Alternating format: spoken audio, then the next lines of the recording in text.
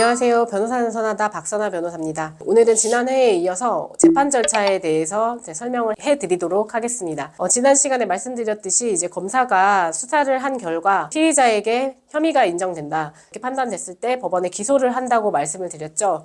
이제 기소를 하게 되면 이제 단계가 재판 단계로 넘어오게 되는데 이때는 이제 피의자를 부르는 명칭이 변경돼요. 원래 수사 단계에서는 피의자라고 호칭을 하는데 이제 재판 단계로 넘어오게 되면 피의자가 아니라 피고인으로 바뀌게 됩니다. 그래서 재판 단계로 이제 넘어오게 되시면 첫 기일이 열리게 돼요. 공판 기일인데 이 법정에 이제 가셔서 판사님 앞에서 혐의에 대해서 심판을 받는 절차라고 생각을 하시면 됩니다.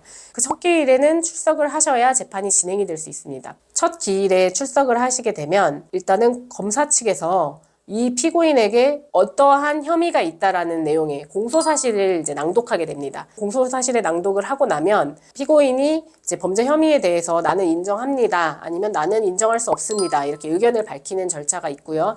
의견을 밝히는 절차가 끝나면 다음으로는 검사 측에서 이 사건의 증거로 제출한 그 증거 목록을 놓고 피고인 측에서 의견을 밝히는 절차가 진행이 돼요. 그래서 이거는 쉽게 말하면 혐의를 인정하시는 분이 그 증거가 쓰이는 거에 대해서 모두 동의를 한다는 의미고요. 그날로 바로 재판 절차가 종결이 돼요. 1회 기일에서 끝나는 거죠.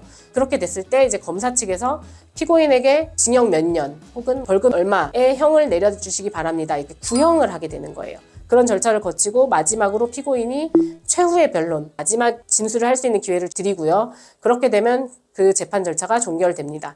그러면 언제 선고를 하겠다 해서 판결 선고 날짜가 잡히게 되는 거예요. 근데 혐의를 부인하시는 분의 입장에서는 부동의 의견을 내게 되는 거예요. 부인을 한 피고인의 경우에는 첫 기일에서 종결되지 않습니다. 증거 중에 일부를 부동의하게 되고요. 그럼 그 부동의한 그 증거들에 대해서 증거 조사를 하는 기일을 다시 열어요. 그래서 이런 증거 조사하는 과정들을 쭉 거치게 되면서 이때에는 검사 측과 피고인 측이 판사님 앞에서 증인들을 불러서 다투는 절차를 거치게 되는 거예요. 더 이상 부를 증인이 없다. 이렇게 됐을 때 그 변론을 종결하게 되는 거고 이제 정해진 선고기일에 출석을 하시면 판사님께서 그 자리에서 피고인에게 판결을 선고하고 1심 재판 절차는 종결이 되게 되는 거예요. 그리고 만약에 1심 재판 절차에 대해서 수긍하기가 좀 어렵다 이렇게 생각했을 때 항소가 가능합니다. 그래서 항소를 하시게 되면 이제 항소심으로 2심으로 이제 사건이 넘어가서 재판 과정들 동일하게 진행이 되고요. 그리고 나서 2심에서도 판결 선고되면 그때는 뭐 상소를 할지 아니면 그대로 받아들이실지 그때 결정을 하셔서 만약에 상소를 하시게 된다면 대법원으로 가서 사건이 진행이 되는 거예요. 네, 여기까지가 일반적인 형사재판 절차입니다. 혹시 더 궁금하신 사항이 있으시다면 댓글로 문의해 주시면 다음 회에 답변 드리도록 하겠습니다. 이상 변호사는 선하다 박선하 변호사였습니다. 오늘 영상이 도움이 되셨다면 구독과 좋아요 부탁드립니다. 감사합니다.